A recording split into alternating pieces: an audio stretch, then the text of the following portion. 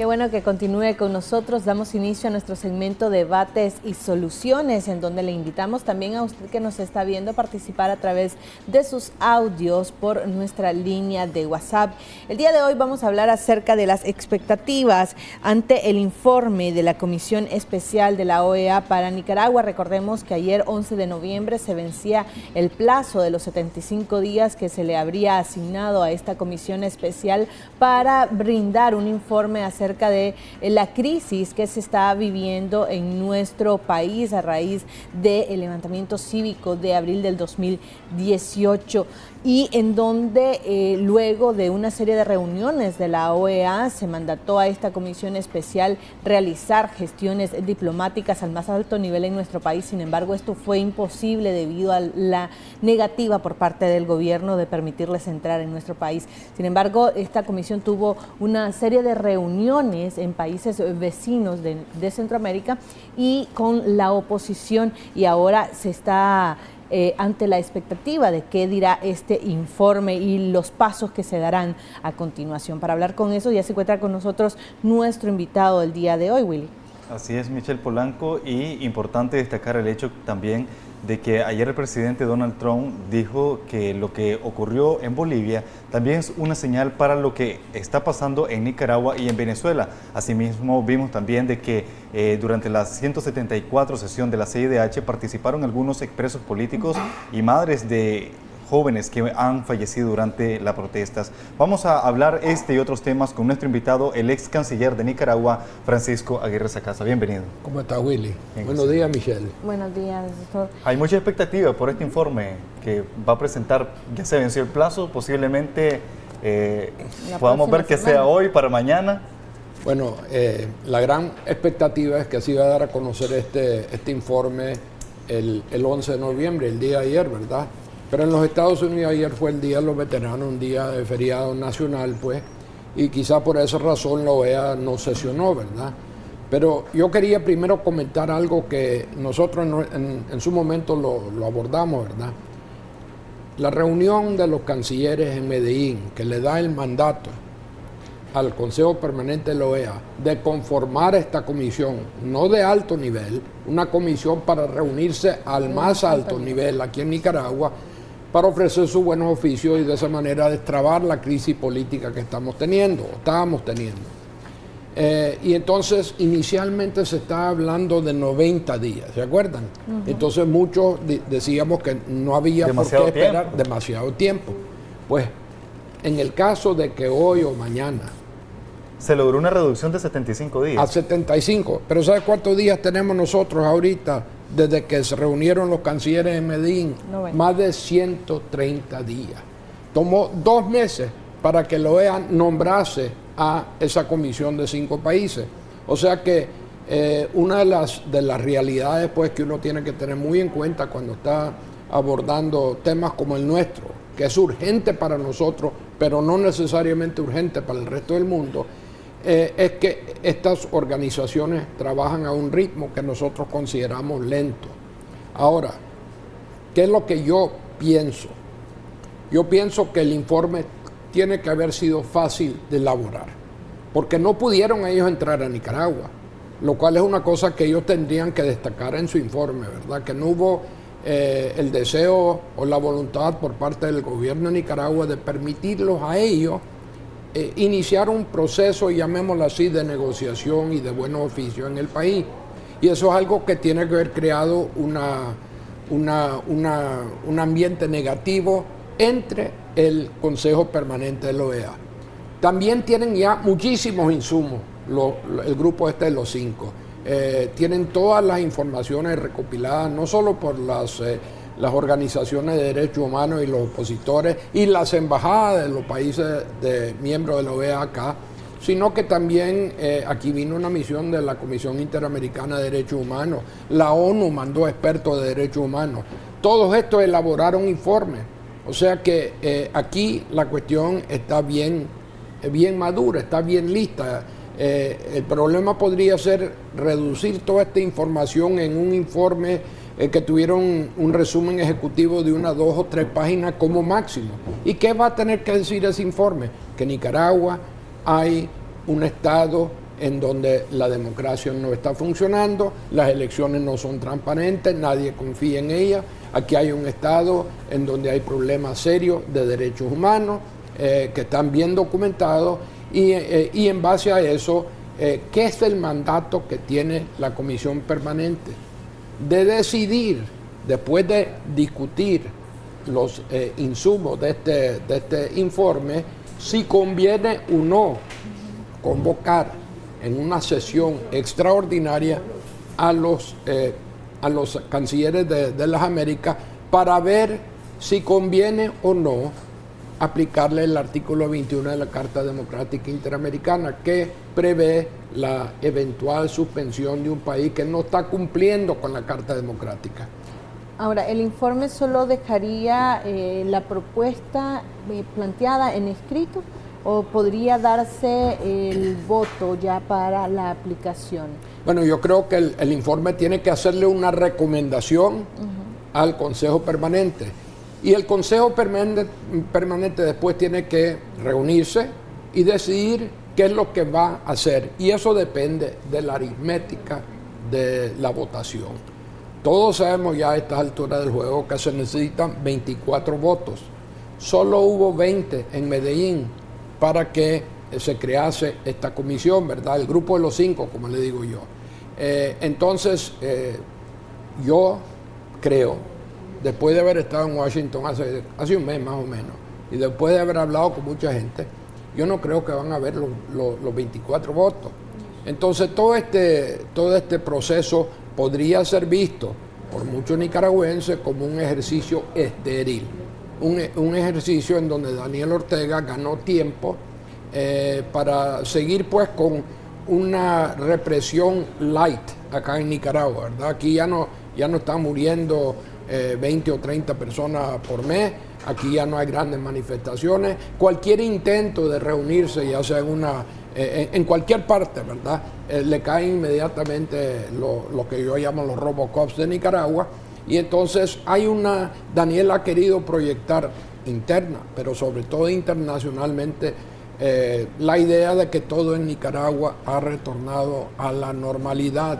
Entonces cualquier cosa positiva que ocurre acá, por ejemplo, como una inversión que hubo en menos de un año, pues importante en la zona franca, ellos lo proyectan como una manifestación de normalidad de Nicaragua y de confianza mundial en lo que está en la economía nicaragüense. Ahora, más allá de si le aplican o no la Carta Democrática en Nicaragua, ya pues está con la cuestión de los votos, que es muy difícil, pero podrían derivarse algunas sanciones con ese informe que se presenta. Mira, yo creo que de alguna manera va a tener que lavarse la cara, pues lo vean este asunto, ¿verdad?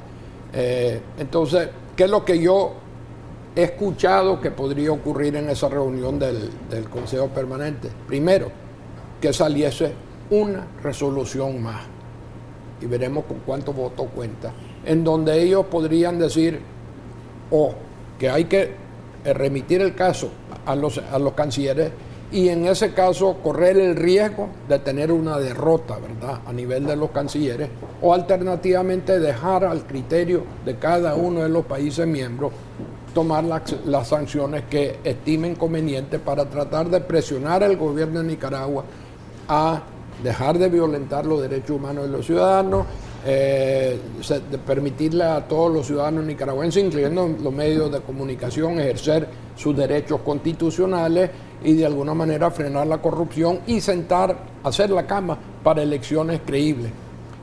Me ha llamado la atención que en declaraciones del secretario de Estado Pompeo, reciente, ¿verdad?, habló otra vez de elecciones anticipadas, ¿verdad? Pero yo aquí en Nicaragua veo que no hay mucho apetito ya, o no hay mucha credibilidad en eso de adelantar elecciones. Ya estamos a finales del año 2019, muchachos. Y entonces prepararse la oposición para una contienda no es una cosa que se puede hacer en cuestión de un mes o 2 meses, sino lo hemos hecho en más de 18 meses que estamos en esto, ¿verdad? Entonces yo creo que poco a poco todo el mundo se está acomodando con elecciones para la fecha que estaba inicialmente previsto, que es noviembre del año 2021. Van a ser primero las elecciones norteamericanas, que vienen en menos de un año, que las elecciones nicaragüenses. El informe que presente esta Comisión Especial de la Organización de Estados Americanos va a tener algún efecto en los países que podrían estar aplicando sanciones individuales o en el Parlamento Europeo, que ya había iniciado un proceso y aún falta la lista o el nombre de los funcionarios a quienes ellos estarían planeando sancionar? Bueno, yo creo que ya la mayoría de los países americanos que pensaban sancionar a Nicaragua, pues lo han hecho. Es más, acabamos de ver recientemente a 3 individuos, llevando a 14 en total el número de nicaragüenses que están sancionados por lo que yo llamo la Magnitsky nicaragüense, ¿verdad? O sea que los norteamericanos se adelantaron un poco a lo que yo creo que va a ser la resolución de la OEA y sancionaron a 3 más. Uno de ellos del Consejo Supremo Electoral, otro del INS y el tercero de la policía. Ya van 2 de la policía que son sancionados. Eso es consistente con el hecho de que la policía es vista pues nacional e internacionalmente como el órgano de represión que ha usado el gobierno para controlar a la situación política en Nicaragua. Como hay un acuerdo bilateral a nivel de el presidente de los Estados Unidos y el primer ministro de Canadá, yo esperaría que tal vez en esta reunión del Consejo Permanente Canadá se sumase a las sanciones impuestas por los Estados Unidos, porque hay ese entendimiento de que van a andar de una manera sincronizada. Ahora, ¿cuál es el bloque importante adicional que podría pronunciarse como resultado de este informe? La Unión Europea. Vos me acabas de mencionar el Parlamento Europeo. Yo creo que nosotros los nicaragüenses tenemos que dejar de pensar en el Parlamento Europeo, que es un poco como el Parlacén centroamericano, que es donde van pues políticos, llamémoslo así, de todos los países de la Unión Europea y debaten cosas y emiten resoluciones que no son vinculantes. Para mí es mucho más importante, Michelle y Willy, el hecho de que los cancilleres de los países de Europa se pusieron de acuerdo hace más o menos un mes sobre un plan de acción, un marco jurídico para sancionar a Nicaragua. Y entonces han hablado de que tienen que ser gradual, que tienen que ser flexibles, que no pueden afectar al pueblo. Eso es muy importante. Y entonces, ¿qué es lo que yo pienso? Yo pienso que eventualmente la Unión Europea pudiese sumarse a las sanciones que hasta la fecha Estados Unidos y en gran parte Canadá han aprobado para Nicaragua. Fíjense bien que ninguna de ellas afecta al pueblo de Nicaragua. Son teledirigidos contra individuos en 14 de los 15 casos y en uno contra una institución, me refiero al banco. Algo así creo yo que podría pasar en el caso de la Unión Europea. Ahora, este informe que se brinde en la OEA estaría previsto para presentarse esta semana o tendríamos que esperar todavía la próxima. Yo creo que hay una cosa poderosa ocurriendo en el mundo en este momento o en nuestro hemisferio que podría postergar el tema de Nicaragua y es lo que ustedes han estado comentando esta mañana, la situación de Bolivia. Ayer en la noche, por ejemplo, antes de acostarme, sintonicé a varios canales internacionales como CNN en español, como Univisión, y es el único tema que están abordando en el mundo, ¿verdad? El hecho de que ustedes estaban sacando esta mañana, pues que el avión mexicano que fue a sacar a Evo Morales había aterrizado en Asunción y que estuvo ahí 4 horas. Todo el mundo se pregunta por qué paró en Asunción. Yo le puedo dar mi opinión sobre eso más adelante si les interesa, pero en el fondo el tema número 1 en este momento que le hace sombra a la crisis de Nicaragua, a la crisis de Venezuela, a la situación de Cuba es Bolivia. Era algo que no se esperaba y que ha despertado o mucho entusiasmo o mucho pesimismo dependiendo de tu punto de vista. Pero eso es posible que haya una reunión sobre Bolivia, porque ya varios países que han pedido una sesión extraordinaria del Consejo Permanente para abordar el tema de Bolivia, que es la crisis institucionalizada de Nicaragua. ¿Podría demorar entonces la presentación? Pero el informe yo me imagino que ya está totalmente listo. Si eso no era una obra muy grande, Las reuniones en El Salvador que se dieron, pues tal vez lo que le dio a los miembros del grupo de los 5 es la oportunidad de escuchar a viva voz lo que piensan excarcelados, las familias de personas que desaparecieron, pero en el fondo los insumos ya los tenía. Y lo que necesitan es un buen redactor que junte todo esto y que presente un documento con un resumen ejecutivo breve pero contundente, a como yo creo que va a ser. Ahora, sobre el hecho de que Donald Trump se haya referido, pues, partiendo de la situación en Bolivia y refiriéndose, pues, al caso de Nicaragua, que es una señal tanto para Nicaragua como para Venezuela. Esto es importante también destacar porque sigue Nicaragua, pues, pendiente, ¿no?, de la situación de Estados Unidos. Mira, yo creo que lo que acaba de mencionar Willy es muy importante. Fíjate que ocurre en Washington una serie de acciones que son importantes. Primero, los 3 sancionados adicionales, ¿verdad? Eso fue la semana pasada. El día después de eso, sale el secretario de Estado, Michael Pompeo, sumándose a las sanciones y dirigiéndose directamente a Daniel Ortega y al pueblo de Nicaragua a través de unas declaraciones que él da. Ahora, Pompeo es un secretario de Estado poderoso. Este es un hombre que estuvo en el ejército norteamericano, este es una persona que estuvo en el Congreso norteamericano, no es un burócrata, sino que es un político que ocupa ese cargo. Es una persona que tiene aspiraciones más allá de ser secretario de Estado. Él fue director de la CIA antes de asumir la Secretaría de Estado.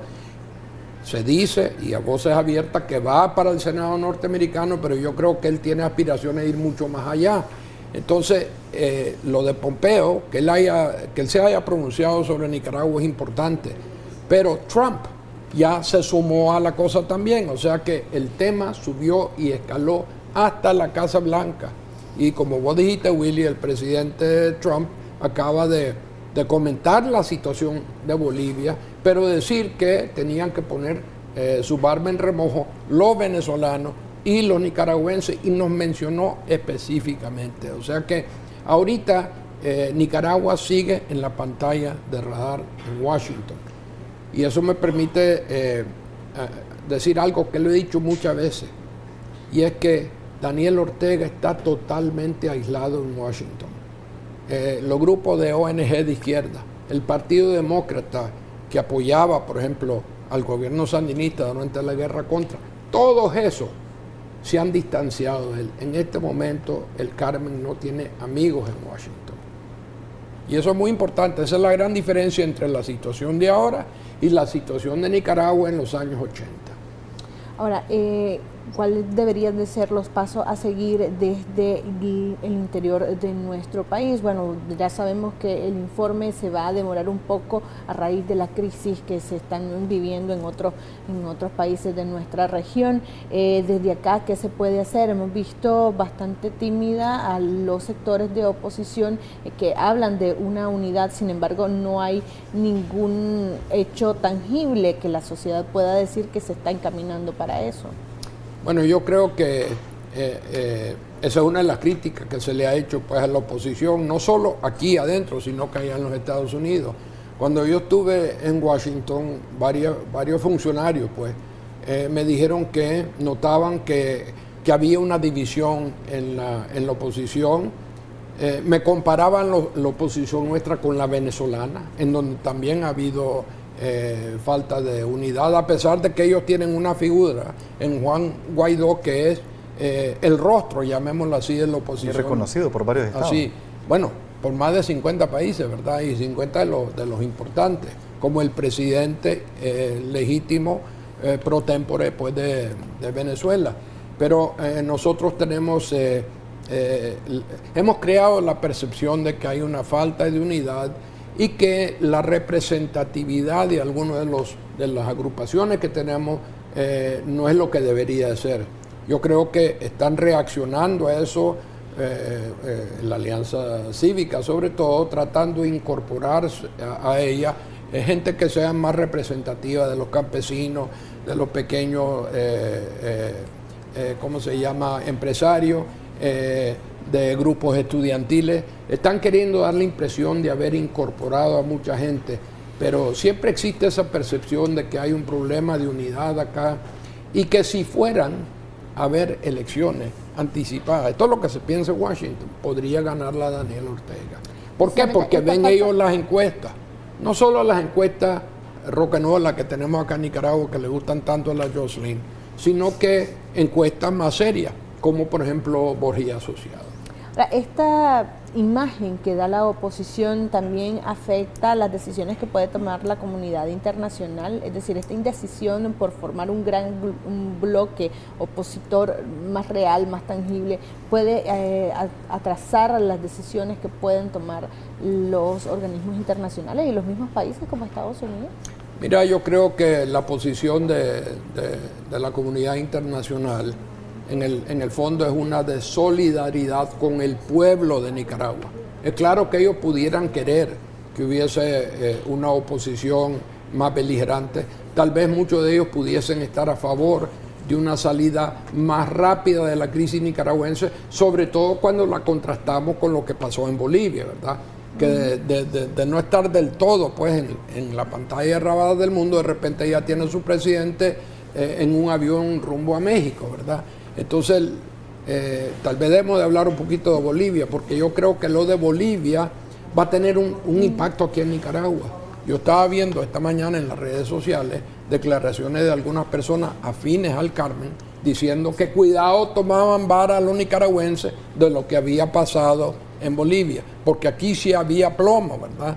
Entonces, hay mucha alerta, ¿no?, de parte de ellos. Incluso mirábamos ayer al presidente de la Asamblea, Gustavo Porras, llamando a movilizaciones masivas de parte de instituciones, sindicatos, y pues estar alerta ante cualquier acción que haga la oposición. Pero usted cuestiona el hecho de que hay una pasividad en cuanto a la oposición. Por ejemplo, en Bolivia veíamos de que 18 días seguidos de paro, y aquí hemos visto un tuit, por ejemplo, del señor Mario Arana, presidente de ANCHAN, que decía que no había que culpar o criticar a los empresarios de Nicaragua, y simplemente destacaba el hecho de que en Bolivia se sumó el ejército y la policía a no prestarse a la represión. Bueno, yo creo que los casos son diferentes, ¿verdad? Una de las más grandes diferencias que yo veo en el caso de Bolivia es que esta crisis estalla inmediatamente después de que todo el pueblo de Bolivia y del mundo, todos aquellos que están interesados pues, en la democracia en Latinoamérica, se dan cuenta que Evo Morales estaba manipulando los resultados. Él había quedado en el primer lugar en la votación, ¿verdad? Pero no había alcanzado el 10%. Apuntaba una segunda vuelta. Entonces todo señalaba que iba a haber una segunda vuelta, y obviamente pues Evo no se sentía cómodo con esa situación, no creía que iba a ganar esa segunda vuelta. Por eso él da órdenes, instrucciones de que haya un apagón, al mejor estilo nicaragüense, y de repente, en lugar de dar todos los resultados instantáneamente, ¿verdad?, que hubiera confirmado una segunda vuelta contra Mesa, ¿verdad?, él de repente saca de la manga el resultado de que él ganó en la primera 24 horas cambió todo. Sí, pero en 24 horas en que no se dio a conocer nada. Y eso fue la chispa. Y esa es la gran diferencia entre lo nuestro y pero ellos. ¿La empresa privada en Bolivia jugó un papel determinante o no al tomar la decisión de irse a un paro definido? Porque da la sensación que la unidad que hubo entre los ciudadanos bolivianos que decidieron salir a defender su voto, junto con la decisión de la empresa privada, aunó a que la gente mantuviera la protesta en las calles. Sí, yo te diría que, fíjate que en todo lo que yo he leído y visto, sobre todo he visto y he escuchado sobre la situación de Bolivia, no han hablado de ese paro que ustedes dicen, ¿verdad? Sí creo que había una situación muy tensa en La Paz y en otras ciudades importantes, y que había manifestaciones, por cierto, no tan grandes como las nuestras. Aquí en un momento llegamos a poner más de 1 millón de personas, y yo no quiero que se vayan a malinterpretar lo que estoy diciendo. Yo creo que el pueblo de Nicaragua estuvo a la altura del desafío en el año 2018 con los 328 o más muertos que pusieron, el número de heridos, la magnitud del entusiasmo que veíamos acá, más grande que en Bolivia, ¿verdad? pero por alguna razón que es propia de ellos, ¿verdad? Y de la idiosincrasia de ellos, lograron dar el empujón final que nosotros no lo pudimos hacer. Entonces, lo que me ha llamado la atención es que los bolivianos sí se sienten, la gente que entrevistan en la calle, CNN en español y Univisión, siempre hacen referencia a que después de Bolivia, Venezuela y Nicaragua. O sea que hay como una solidaridad, ellos comprenden en Bolivia que ellos son una parte del problema latinoamericano y que se tiene que resolver el problema de Venezuela y Nicaragua. Y ellos en el fondo nos están diciendo, sigan nuestro ejemplo, ¿verdad? Y eso creo yo que tiene preocupado a El Carmen. Es necesario que haya no sé, algo nuevo que presente la empresa privada para tratar de... Porque sí hemos visto de que el gobierno le han dolido los paros nacionales. ¿Por qué? Porque hemos visto que ha mandado a la policía clausurar algunos negocios y siempre dijo que quienes se sumaran iba a mandar siempre a las autoridades policiales. Y en las recientes declaraciones que dio el presidente Ortega el pasado viernes, dijo él que si habían empresas que estaban quebrando, que siguieran quebrando. Entonces, es algo bastante que llama la atención por el hecho de que él dice, bueno, que venga la inversión extranjera a Nicaragua, pero por un lado vemos que hay una indiferencia porque están pasando una situación bastante crítica a muchos empresarios. Bueno, a mí me parece que la respuesta de Daniel a las 3 sanciones nuevas norteamericanas fue un acto masivo. Habían tal vez 20.000 personas en la Plaza de la República para conmemorar pues a Carlos Fonseca Amador, ¿verdad? Y el discurso que pronunció ahí Daniel Ortega, aunque fue relativamente benigno en cuanto a Estados Unidos concierne, fue durísimo contra el sector privado y contra la Iglesia Católica, ¿verdad? Ahí hablan del golpismo, ahí él habló de lo nefasto en realidad que era el sector privado, aunque en un momento como que le puso un pequeño anzuelo en su discurso y dijo que estaban dispuestos a reunirse otra vez con el sector privado, pero yo no sé en qué tipo de ambiente podría haber esa reunión después de que le dijo a ellos que pagaban salarios miserables, que no querían pagar impuestos. En fin, le mentó la madre, como decimos nosotros los nicaragüenses, al sector privado. Pero en un momento cuando la situación entre la empresa privada y el gobierno hubo esa ruptura, mientras no decide un discurso de ese tipo el presidente. Nunca. Bueno, y yo creo que, digamos, Daniel Ortega obviamente quiere sobrevivir en el poder, ¿verdad? Y Daniel Ortega sabe que en parte su superación de la crisis es incompleta si la economía no empieza a repuntar otra vez. Y eso me lleva a un comentario sobre el presupuesto nacional y la misión del Fondo Monetario que está acá. Ayer estuve analizando el proyecto de presupuesto para el año 2020 y me llamó la atención que la retórica que lo rodea ese presupuesto es altamente defensivo. Esencialmente la primera mitad de una presentación que hizo el ministro de Hacienda y Crédito Público, Iván Acosta, es una defensa de la pésima situación económica que está atravesando Nicaragua ahorita. Y esencialmente, ¿qué dice Iván? Que esta es la culpa de los golpistas, porque ellos se lavan la mano, el gobierno no tuvo nada que ver con lo que está pasando económicamente. O sea que el preámbulo muy largo de la presentación de Iván es eminentemente político y eminentemente defensivo. Él culpa al golpista, a todos los que son opositores de la situación difícil que Nicaragua está atravesando ahorita. Ahora, el presupuesto en sí, Michelle y Willy, es un instrumento bastante prudente, refleja una continuación de un intento de manejar a la situación macroeconómica del país de una manera razonable, prudente, responsable. Esa es otra palabra muy importante. Pero ahora está todavía aquí, creo que todavía no se han ido, una misión del Fondo Monetario. Y para mí lo más interesante va a ser lo que dice el fondo sobre la situación económica de Nicaragua, porque hay muchos nicaragüenses que tienen desconfianza de las cifras que está dando a conocer el Fondo Monetario. Entonces, por ejemplo, solo parte de 2 o 3 ejemplos. Viendo ese proyecto de presupuesto, yo creo que sería bien importante que el Fondo Monetario nos dijese en su informe final que va a ser publicado. Y además, aquí van a haber 3 documentos que van a dar a conocer lo del fondo. Normalmente, después de una misión de artículo 4, ellos emiten un comunicado. O sea que antes de irse de Nicaragua, ellos deberían, o el día que se vayan, dar a conocer un primer resumen de lo que ellos encontraron y de cuáles son sus inquietudes. Después viene el informe propiamente dicho, que va a ser obviamente un instrumento valiosísimo para todos los que estamos dudando de lo que está pasando aquí y que queremos tocar fondo, ¿verdad?, en cuanto a la veracidad de lo que está pasando.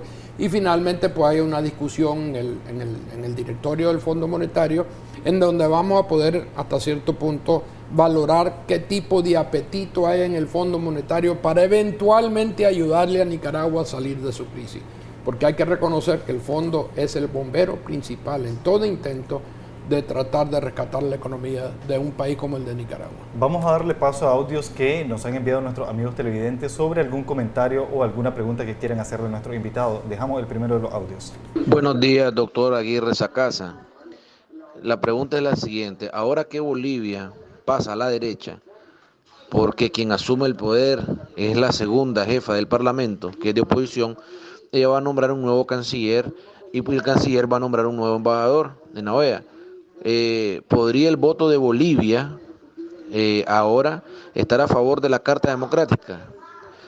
Tomando en cuenta que Argentina entrega el poder hasta diciembre, ¿se podría hacer esto en la última semana de noviembre? Una asamblea extraordinaria para aplicar la Carta Democrática, ahora que Bolivia votaría a favor de la Carta Democrática. Muchas gracias, amigo. Siguiente audio. Buenos días, teleaudiencia Canal 10, periodistas, señora Aguirre Sacasa. La OEA hasta ahora no ha mostrado resultados importantes en las situaciones de crisis que vive nuestro país en América Latina, y eso ha pasado en la administración del señor Insulza y del actual señor Almagro, que son de tendencia izquierdista. Y yo creo que la situación de Bolivia fue exigida, el informe que presentó la OEA porque el pueblo estaba en las calles exigiendo ese resultado que se dio. Así que nosotros no debemos estar esperando, no debemos tener muchas expectativas respecto a este informe y más bien arreciar las acciones internas para forzar el cambio. Gracias al amigo. Tercer audio. Sí, buenos días a Canal 10 y al canciller que está ahí. Yo opino que hay que dejar de preocuparse por lo que digan otros países o la OEA y eso, y hay que empezar a luchar por nosotros mismos. Hay que salir a la calle y enseñarle al gobierno que nosotros mandamos aquí en Nicaragua, no ellos, ni la policía, ni el ejército. Aquí se trata de ellos o nosotros, así que no hay que tener miedo porque ellos tienen armas. Hay que luchar y dar nuestra vida si es posible, al igual que los héroes que hemos tenido que han dado su vida por Nicaragua. Hay que dejar de ser blandengues y empezar a luchar por nosotros. Muchas gracias al amigo. Vamos a responder los audios que han enviado nuestros amigos televidentes. Decía el primero de que la situación en Bolivia podría incidir un voto al evaluarse la situación de Nicaragua con la aplicación de la Carta Democrática. Esto con el hecho de que prácticamente estaría asumiendo la derecha en ese país. Bueno, yo no sé si es la derecha que va a asumir, por 2 razones. Primero, porque no sé en qué va a terminar lo de Bolivia. Todo el mundo pensó que con la salida de Evo Morales iba a tranquilizar todo y que de repente se iba a elegir rápidamente a un presidente interino, digamos, un jefe de Estado interino para proceder a las elecciones. Y que es lo que veíamos ayer en la noche en las calles de La Paz y en el Alto, por ejemplo, y en partes importantes del país, violencia, buses que se quemaron, casas que se saquearon, una decisión finalmente del ejército de sumar sus efectivos a los de la policía para tratar de aquietar los ánimos y retomar, digamos, las calles, ¿verdad? Porque estaban fuera de control ayer. Ahora, para que puedan ellos nombrar a alguien que se haga cargo de un Estado que ha quedado no solo acéfalo, sino que ya prácticamente todos los ministros, todo lo que el vicepresidente, todos están o refugiados en la embajada mexicana o en el avión que va para México, o a lo mejor escondido en diferentes partes de Bolivia. Ellos tienen que reunirse en su Congreso, que tiene un Senado y una Cámara Baja. Y allí el partido de Evo Morales tiene una mayoría de 2/3 partes de cada una de esas cámaras. Entonces yo no estoy del todo seguro que hoy se van a reunir para elegir a alguien a hacerse cargo de la situación pues, política de Bolivia. Ahora, eso me lleva al comentario del amigo que llamó. Cuando ellos pongan su casa en orden otra vez, de cara a eventuales elecciones, podría el voto de Bolivia cambiar en el Consejo Permanente de la OEA. Pero yo no sé si eso va a haber ocurrido, digamos, en esta semana o la próxima, si es que hay una votación. Pero el problema que tenemos es que Nicaragua necesitaría, el pueblo nicaragüense necesita de 24 votos. Y ganamos el de Bolivia, pero perdemos, por ejemplo, el de la Argentina. Y en ese canje, pues nosotros salimos perdiendo, porque Argentina es uno de los países más importantes y uno de los que más fuertemente estaba respaldando la causa de la democracia en Nicaragua. Miembro del grupo de los 5, Argentina, ¿verdad? El siguiente televidente decía que la OEA en realidad no ha dado ningún tipo de respuesta o resultado importante desde la administración o desde el exsecretario Insulza y ahora con el secretario Almagro. Dice que lo que sucedió en Bolivia es distinto a lo que ha sucedido en Nicaragua, puesto que las personas salieron nuevamente a las calles y decía él que es la población, la ciudadanía en las calles lo que podría generar la presión necesaria para cambiar la realidad en nuestro país. La presencia de la población en las calles incide en las decisiones que podrían tomar las organizaciones internacionales. Definitivamente. Es decir, la crisis de Nicaragua, las manifestaciones enormes que se dieron en el mes de mayo, en el mes de junio, de julio, todo ese periodo, ¿verdad?, en que el pueblo de Nicaragua, no solo en Managua, sino que en Monimbó, en Masaya, en Matagalpa, en Estelí, en León, en todas esas ciudades, ese levantamiento, esa efervescencia popular que hubo en Nicaragua, es lo que permitió a que la OEA empezara a tomar en cuenta que había un problema en Nicaragua, así como ahorita está muy consciente de que hay un problema en Bolivia, ¿verdad? Ahora, en su momento, el pueblo hizo su parte, de una manera que nadie se le esperaba aquí en Nicaragua. El gran problema es sostener una crisis por un periodo que ya lleva más de 18 meses. Eso es lo que yo llamo la institucionalización de nuestra crisis. Nosotros empezamos a acostumbrarnos a esta situación y lo peor para nosotros es que el mundo se empieza a acostumbrar a que en Nicaragua hay un capítulo que no se ha cerrado todavía. Entonces la OEA definitivamente y el mundo entero reaccione a estímulo interno a la situación política. Hay 3 audios más. A continuación vamos a dejarlos con los audios que han enviado nuestros amigos televidentes.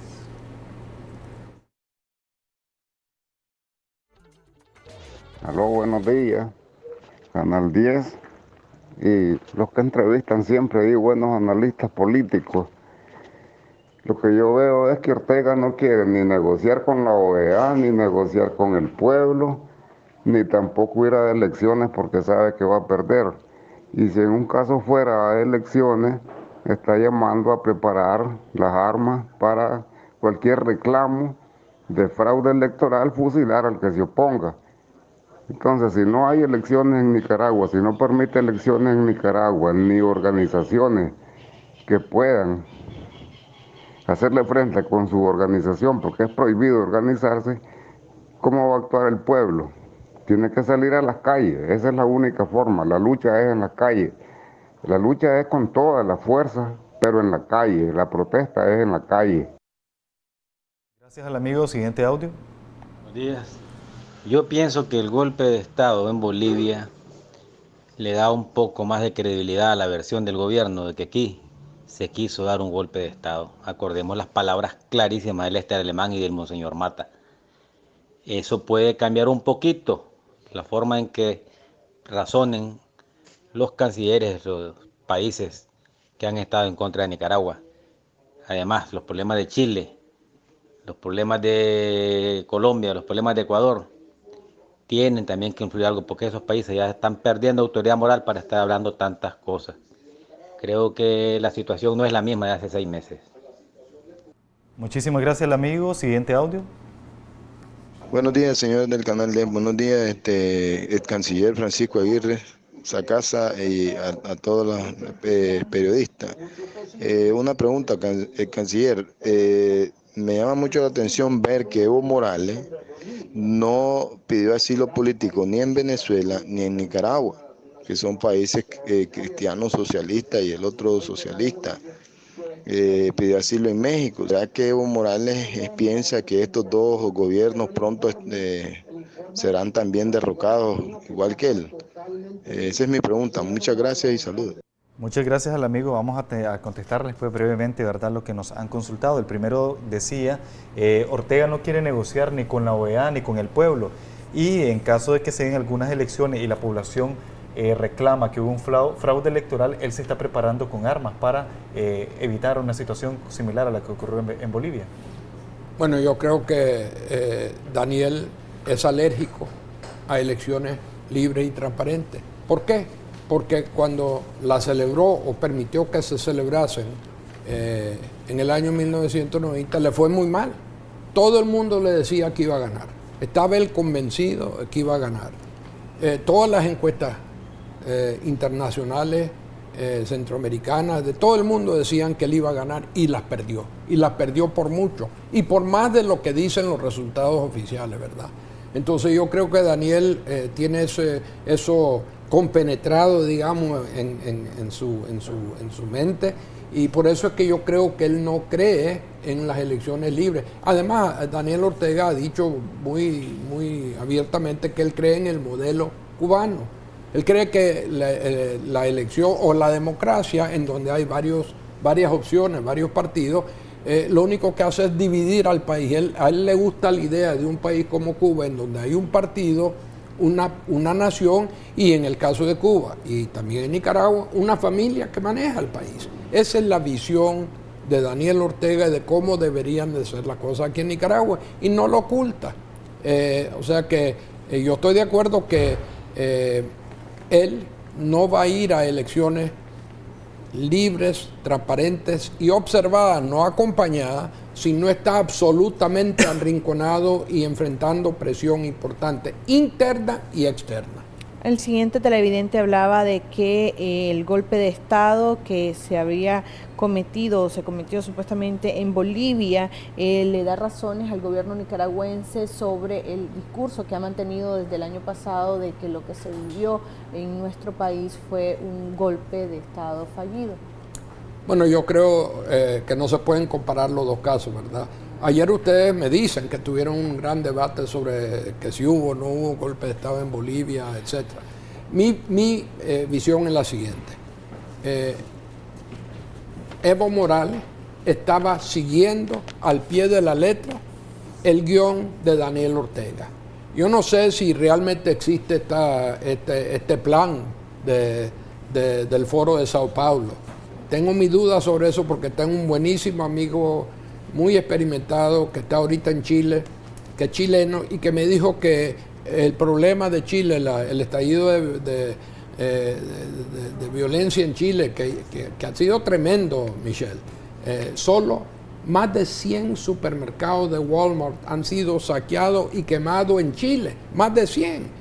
Y ya sabemos que todo el sistema de metro de Santiago está prácticamente destruido, ¿verdad? O sea que hay unos daños humanos y materiales inmensos. Pero esto no es el resultado de repente de una infiltración de personas operadores, digamos, del Foro de Sao Paulo. Pero sí hay comunicación entre ellos. Y vio Evo Morales que el guión del golpe de Estado de Daniel Ortega le era útil a él. Es hasta el final que se da cuenta que ya su momento de continuar en poder se había agotado. Reconoce que esto se debe porque en su renuncia él habla del pueblo y de la iglesia, que él había escuchado la voz del pueblo y la iglesia. Nunca mencionó en ese discurso de renunciar ni a la policía ni al ejército, ¿verdad? Y se montó en su avión y se fue. Ahora, tal vez adelantando a la tercera observación de que por qué no vino a Managua, por qué no fue a La Habana. Para mí eso es bien importante, porque yo creo que lo que dijo el amigo que llamó no deja de tener razón. ¿Para qué salir de la paila al fuego? Es decir, si viene aquí a Nicaragua, él sabe que aquí la situación está todavía muy inestable, ¿verdad? Y en cuanto a Venezuela, pues ese es un país que está más aislado tal vez que Nicaragua. Entonces, entre ir a Caracas y Managua o irse a Ciudad de México, que es una ciudad amena, grande, un país que siempre le ha dado buena acogida al extranjero, sobre todo cuando es de izquierda. No olvidemos que Trotsky se refugió en México, ¿verdad? Yo creo que él optó temporalmente por México. Y ahora viene mi comentario sobre la escala en la Asunción. Yo no creo que Evo Morales cree que él ha jugado su última carta en la política de Bolivia, ¿verdad? Entonces, el lugar correcto, más lógico para él, para refugiarse, no es Asunción, es Buenos Aires. Pero él tiene que esperar hasta que llegue al poder el gobierno de Fernández y el gobierno de la Kirchner, ¿verdad? Es decir, un gobierno peronista. Y una vez que ese gobierno haya asumido el poder en la Argentina, no me extrañaría y no nos debería extrañar a nosotros que de repente él se trasladase de México a Buenos Aires. Ahí está mucho más cerca de Bolivia. Es más, podría estar, como Mel Zelaya vino aquí a Nicaragua durante su destierro, ¿verdad? Y en un momento cruzó la frontera de Nicaragua a Honduras. Eso podría ocurrir cuando él, y siempre y cuando él está en el cono sur. Por eso que yo creo que él no buscó, digamos, refugio acá en Nicaragua o en Venezuela. Mucho más agradable estar en México, pero a mí no me extrañaría que de aquí a un mes lo vamos a ver a Evo Morales en Buenos Aires y de allí viendo cómo regresar al poder en Bolivia. Va a ser bien importante, Michelle y Willy, ver lo que pasa en Bolivia, porque hasta ayer en la noche no se había pacificado el país todavía. Me llama la atención unas declaraciones que dio el expresidente de Costa Rica, Luis Guillermo Solís, quien dice que en Bolivia sí hubo un golpe de Estado. Mira, esa palabra de qué es un golpe de Estado es como tratar de definir el arte. ¿Qué es el arte para vos? Para mí podría ser un gran artista, por ejemplo, Michelangelo. Pero para otro podría ser uno de estos pintores modernos norteamericanos que lo que hacen es sacarte una lata de una sopa y decir que eso es una obra majestuosa de arte, ¿verdad? Y de repente vos ves a la sopa esa al lado de una obra de Michelangelo, digamos, en un museo de gran prestigio. Entonces, yo no quisiera meterme en el debate ese, pero la pregunta para mí, o para ustedes en realidad es, ¿fue un golpe de Estado para ustedes el hecho de que en mayo del año pasado la Iglesia y después Lester Alemán prácticamente le dijeron al presidente de la República que tenía que recortar su periodo en el poder, tener elecciones anticipadas y esencialmente empezar a ceder poder al pueblo de Nicaragua? Para mí no lo fue, para la mayoría de los nicaragüenses no lo fue, pero para este señor que habló de golpe de Estado, ¿verdad? A lo mejor eso sí sería. Anoche había un debate sobre ese mismo tema, como el que ustedes tuvieron ayer, solo que allí habían dos posicionamientos. Aquellas personas que decían que no era golpe de Estado, porque el ejército no había derrocado al gobierno, solo había sugerido al presidente que se fuese del país, que se retirase, y de los otros que decían que sí, que eran el ejército y la policía los que lo sacaron a él. Ese es un debate para mí estéril y depende totalmente de la óptica de la persona. Para algunos fue golpe de Estado, para otros no. Para mí es desperdiciar pólvora en sopilota ese tipo de diálogo, pues. Doctor, se nos ha acabado el tiempo. Nos gustaría que nos diera unas conclusiones a raíz de las expectativas del informe, a raíz de lo que está sucediendo en Bolivia y las repercusiones que podría tener en nuestro país. Bueno, yo creo que aunque nosotros los nicaragüenses pudiésemos pensar de que ya nadie está pensando en lo nuestro, que ha sido opacado el caso de Nicaragua por Bolivia, la verdad es que hace menos de una semana 3 personas importantes en nuestro país fueron sancionados por los Estados Unidos. Y que ahorita nosotros estamos entre los países que más sancionados Magnitsky hay en todo el mundo, ¿verdad? Creo que se sancionaron 4, uno de ellos era de Mali y 3 de Nicaragua.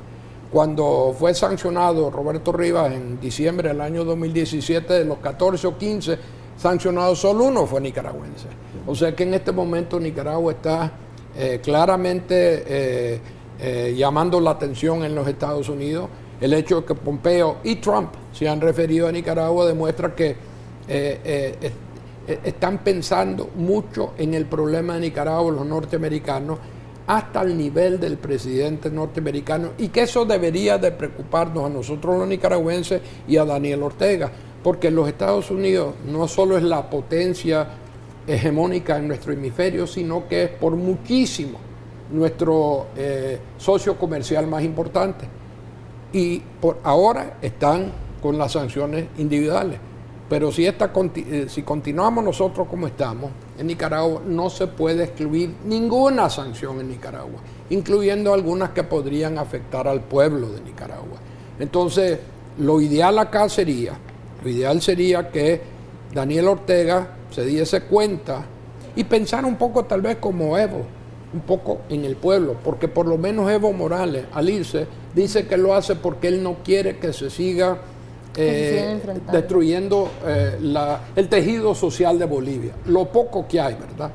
Porque aquí en Nicaragua yo te puedo asegurar pues que nosotros sí tenemos una cierta coherencia nacional. En Bolivia el país es mucho más grande, hay enormes diferencias en la manera de ver el mundo, no solo la política de diferentes segmentos de la población boliviana.